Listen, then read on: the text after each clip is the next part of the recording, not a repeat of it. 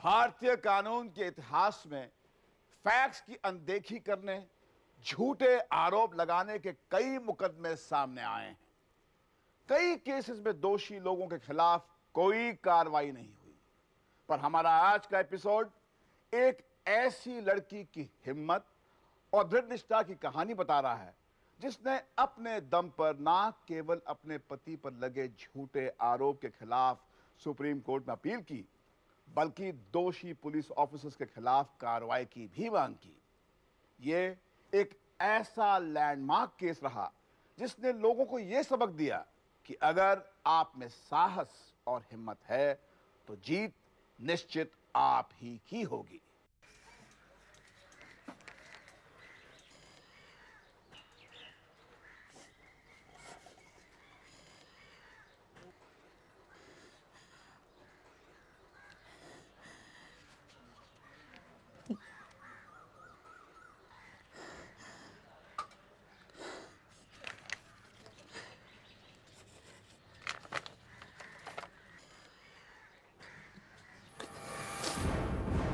मैं ये घर छोड़कर जा रही हूँ मंजीत से शादी करने के लिए।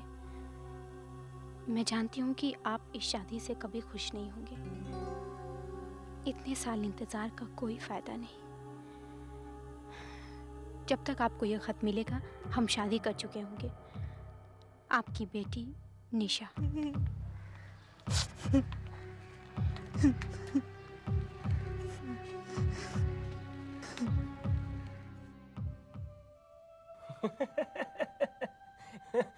परजाई जी, अब तो आपकी शादी हो गई है, अब तो मुस्कुरा दो। मुझे नाराज ना हो, मैं बस बाहर जा ही रहा हूँ। चल मैं तेनू छोड़ के आता, बहुत बदमाश हो गया तू। वीर जी, जो कोई जरूरत हो तो मैं बाहर ही हूँ, आवाज दे देना। और दे दूंगा जादू।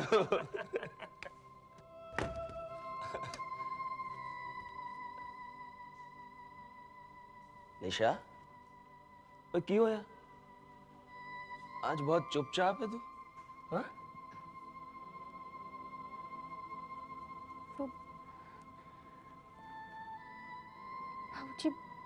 बाबूजी बहुत नाराज होंगे। ओए नाराज होंगे तो थोड़े दिनों में ठीक भी हो जाएंगे, शांत हो जाएंगे बिल्कुल। अब देखना, इतने सस्ते में उनको इतना अच्छा दामाद जो मिल गया। हाँ? और निशा, तू बिल्कुल फिक्र ना कर, सब कुछ ठीक हो जाएगा। ठीक तो उसे आप ही कर सकते हैं साहब। वो कमीना मेरी भोली भाली बच्ची को बहका कर ले गया है। आपकी लड़की को तो हम ढूंढ निकालेंगे, लेकिन हमारे खाने पीने का उसकी आप बिल्कुल फिक्र मत करो। लेकिन एक बात है साहब, निशा बालिग हो गई है। ओ कोई गल नहीं, तुसी फिक्र ना करो। क्या करना है और क्या नहीं करना है ये आप हम पर छोड़ दो। क्या नाम बताया आपने उस लड़के का? मंजीत बग्गा। साथ वाले गांव में टाइपिंग की दुकान है उसकी। मंजीत बग्गा।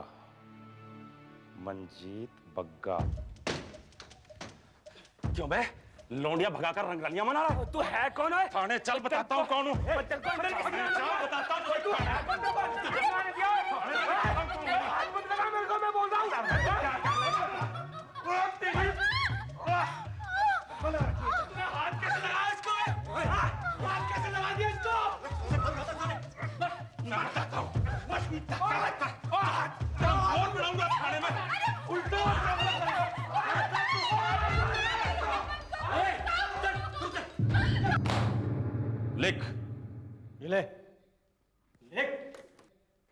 लिख के मंजीत ने तुझे घर से भगाया है और फिर जबरदस्ती तुझसे शादी की है।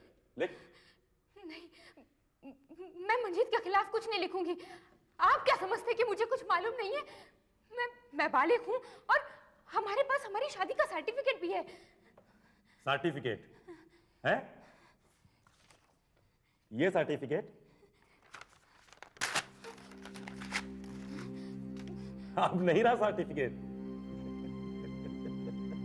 एक नकल और है। मैं जानती हूँ कि आप हमारा कुछ भी नहीं बिगाड़ सकते। मुझे मुझे मुझे मेरे बाबूजी से मिलना है। आप बाबूजी से मिलना चाहती है? आप मेरे बाबूजी से बाबूजी से मिलना चाहती है ये। तुझे क्या लगता है हम किसकी शिकायत पर तुझे यहाँ उठा कर लाए हैं?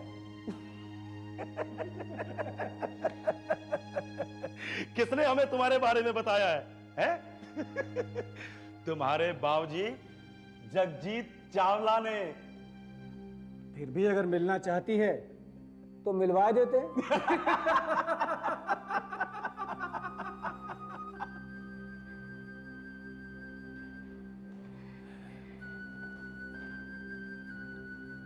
पुत्र, वो तेरे लायक नहीं है बेटा।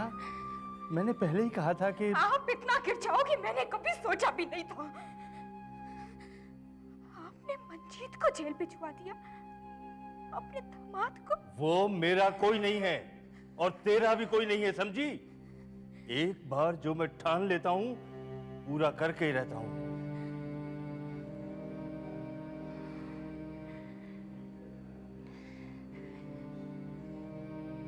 तो मेरी भी बात आप एक बार सुन लीजिए।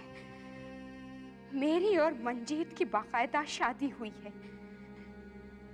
कोई हमारा कुछ नहीं बिगाड़ सकता, कुछ नहीं।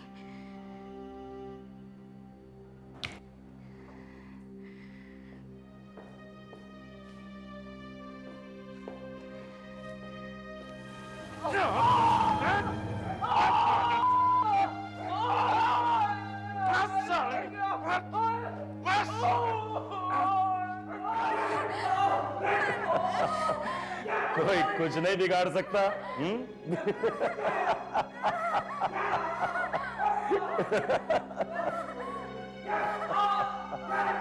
निशा और मंजीत को 2 दिनों तक शारीरिक और मानसिक यातनाएं दी गईं।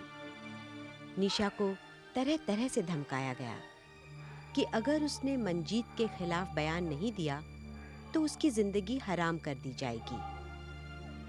निशा पर और दबाव डालने के लिए पांडे ने उसे मंजीत से मिलवाया। मंजीत,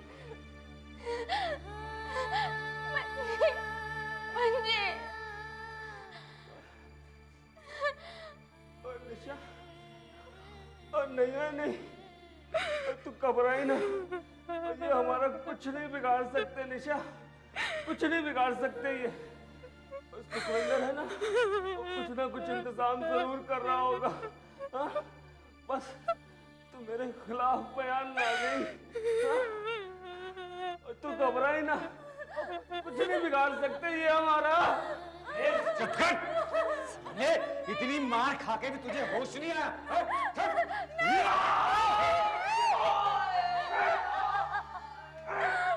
देखिए, इससे ज्यादा हम लोग कुछ नहीं कर सकते। अब तो सब कुछ लड़की के ऊपर निर्भर करता है। निशा, अरे क्यों उसको मौत के मुंह में धकेल रही है तू? हैं? ये कैसा प्यार है तेरा जो उसकी जान लेकर खत्म होगा? देख, एक बार बयान दे दे तो सब कुछ खत्म हो जाएगा, वो भी महफूज रहेगा। कम से कम दर्द में चिल्लाएगा तो नहीं बेचारा।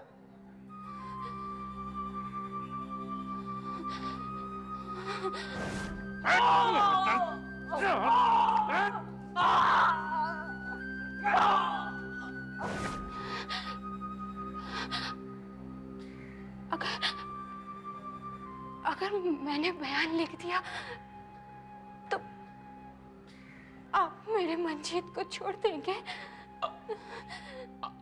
हाँ हाँ, डाकपाल पेपर लेकर आओ। लेकिन आपको वादा करना पड़ेगा कि आप मेरे मंजीत को छोड़ देंगे। बस यही बयान एक बार तुम अदालत में दे देना, फिर हम उसे छोड़ देंगे, फिर तुम भी घर जा सकती हो। घर नहीं जाना है, घर नहीं जाना।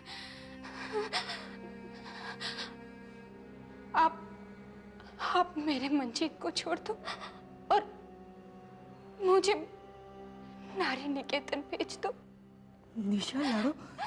मर गई निशा, निशा, निशा, तुम सब मर गए मेरे लिए।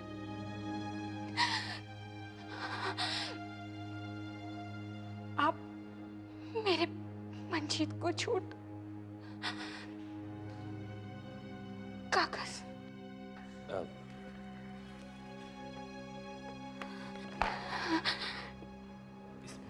मैं अपने पूरे होशो हवास में ये बयान लिख रही हूं।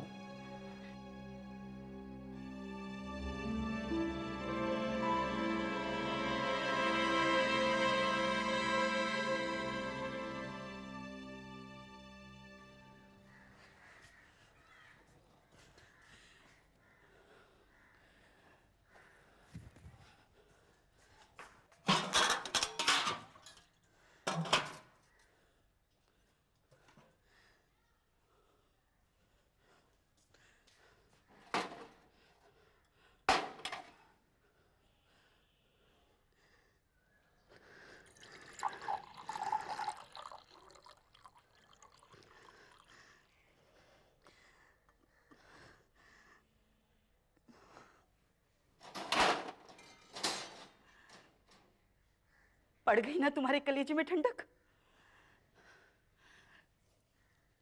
हो गई ना तुम्हारी नाकुची?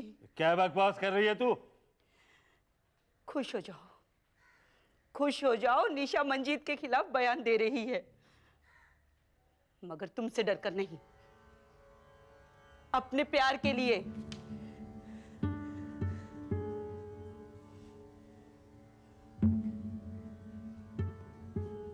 एक खुशखबरी और है तुम्हारे लिए। निशा ने घर आने से साफ इनकार कर दिया है। वो नारी निकेतन में जाकर रहेगी।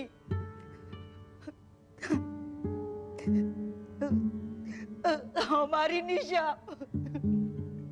नारी निकेतन में जाकर रहेगी।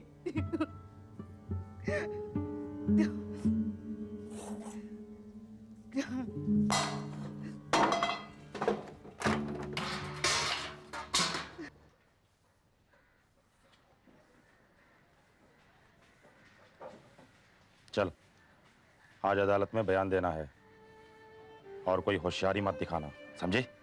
बस मंजीत, आज तू छूट जाएगा, आजाद हो जाएगा।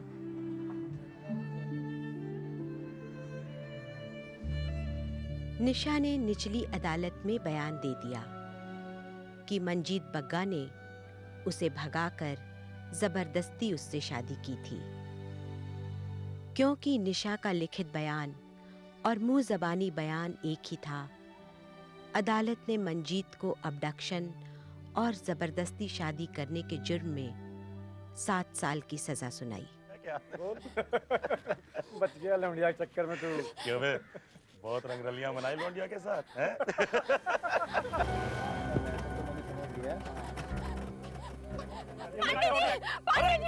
पांडे जी, आपने तो कहा था कि मेरे बयान के बाद आप मंजीत को छोड़ देंगे।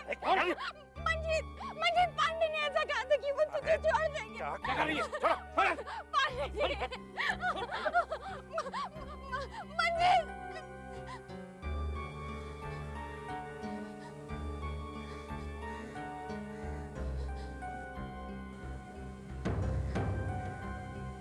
पुत्र, जो हो गया तो हो गया। चल घर चल।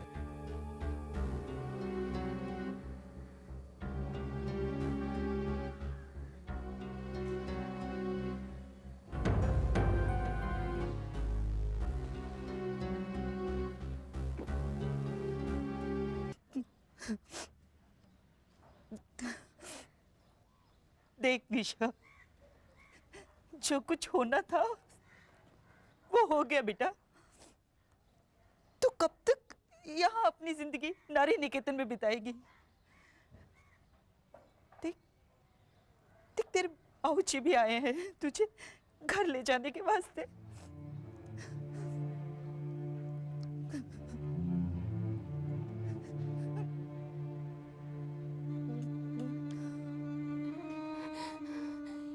इनसे कह दीजिए कि निशा मर चुकी है, और ये भी कह दीजिए कि वो अभी तक हारी नहीं है।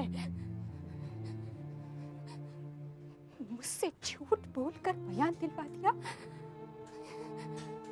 पर ये ना सोचे कि मैं मंजीत को जेल में सड़ने दूंगी।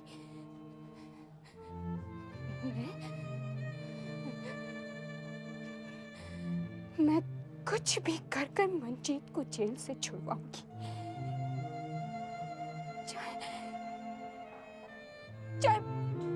चाहे मुझे उसके लिए कुछ कुछ भी करना पड़े, कुछ भी। भगवान के घर में देर है, अंधेर नहीं है। इनसे कह दीजिए कि मैं मंजीत को छुड़वाऊंगी, मंजीत को छुड़वाऊंगी, मैं मंजीत को। निशा का सारा वक्त इसी में गुजरने लगा कि वो कैसे मंजीत को जेल से बाहर निकलवाए। साथ ही वो दोषी पुलिस ऑफिसर्स के खिलाफ भी कार्रवाई चाहती थी। उसने मंजीत से मिलने की कोशिश की, पर पुलिस ने निशा को मंजीत से मिलने देने से साफ इनकार कर दिया। इन्हीं दिनों जब उसे पता चला कि दिल्ली से मशहूर लॉयर R.K. अरोरा नारी निकेतन के नए विंग का उद्घाटन करने आ रहे हैं, तो उसे आशा की एक किरण नजर आई। वो जो स्कूल वाली जमीन है उसके पास ही मेरे बारे में।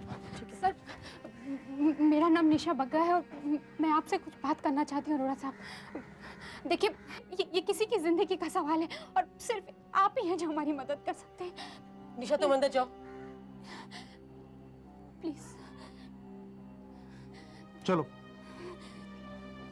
निशा ने अरोरा को सिलसिलेवार सारी घटना से वाकिफ करवाया। उन्हें इस बात से काफी हैरानी हुई कि कैसे पुलिस ने बिना किसी तहकीकात के एक जुबानी शिकायत के बूते पर एक बड़ा केस खड़ा कर दिया।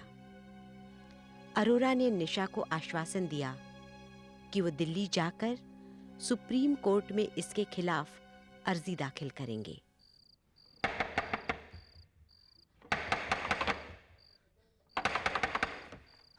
तुम अब क्या करने आई है यहाँ? मेरे भाई को तो सुखविंदर, तुम बस मेरी एक बात सुनो। देखो, मैंने ना सुप्रीम कोर्ट के एक वकील से बात की है, वो हमें इंसाफ दिलाएंगे। तुम बस एक काम करना, हमारी शादी का सर्टिफिकेट और मेरी उम्र का सर्टिफिकेट, ये सब ले आना। हाँ, इन सब की जरूरत पड़ेगी। और तुम मंजीत से कहना कि मैंने कभी नहीं सोचा था, सुनो, मैंने कभी नहीं सोचा था कि मेरा बयान उसको जेल के अंदर कर देगा। पांडे ने मुझसे झूठ बोला था। तुम देखो, ये सारा काम बहुत सावधानी से करना। हाँ? मैं बहुत बच के बाहर निकल पाई हूँ। मैं चलती हूँ। हाँ? ध्यान रखना। आखिरकार निशा की मेहनत रंग लाई। अरोरा ने पुलिस ज्यादती के खिलाफ सुप्रीम कोर्ट में अर्जी दाखिल कर दी और साथ ही मंजीत की जान पर खतरा बताते हुए उसे गांधीनगर के जेल में ट्रांसफर करने को भी कहा। सुप्रीम कोर्ट ने हुए हादसे पर आश्चर्य जताते हुए आजमगढ़ के डिस्ट्रिक्ट जज से मामले की डिटेल्ड रिपोर्ट सुप्रीम कोर्ट को सौंपने को कहा। सुप्रीम कोर्ट में डिस्ट्रिक्ट जज की रिपोर्ट सौंपी गई, जिसमें कहा गया था कि निशा की शिकायत बिल्कुल सही थी। अदालत ने एसएचओ पांडे और एसएसआई नागपाल को अपने पद का गलत इस्तेमाल और अपनी पावर का दुरुपयोग करने का दोषी माना। सुप्रीम कोर्ट ने जगजीत को झूठी शिकायत लिखवाने के लिए चेतावनी दी और स्टेट गवर्नमेंट से दोषी पुलिस ऑफिसर्स के खिलाफ कार्रवाई करने को कहा। साथ ही मानसिक यातना के हर्जाने के रूप में 3 महीने के अंदर निशा और मंजीत को 10-10 हजार रुपए तथा सुखविंदर को 5,000 रुपए बतौर कॉम्पेंसेशन देने का आदेश भी सुनाया।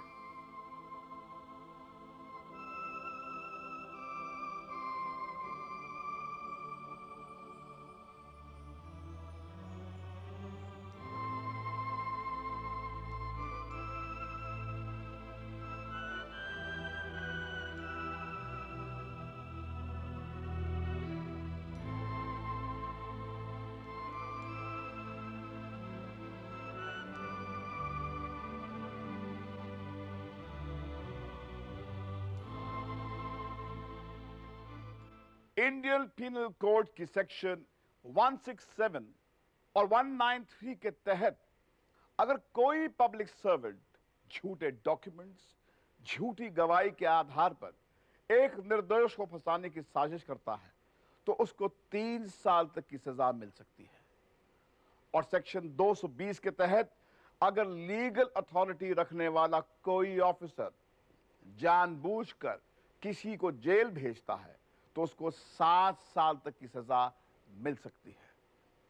आप अपनी शिकायत जुडिशियल मैजिस्ट्रेट या फिर हाई कोर्ट में दर्ज करवा सकते हैं, जो कि मामले की छानबीन करेगी। कानून हमारे बचाव के लिए बनाया गया है, इसलिए हमारा फर्ज बनता है कि हम अपने अधिकारों के बारे में जानकारी रखें और मुश्किल हालातों में अपने कानूनी हक का बेझिझक इस्तेमाल करें।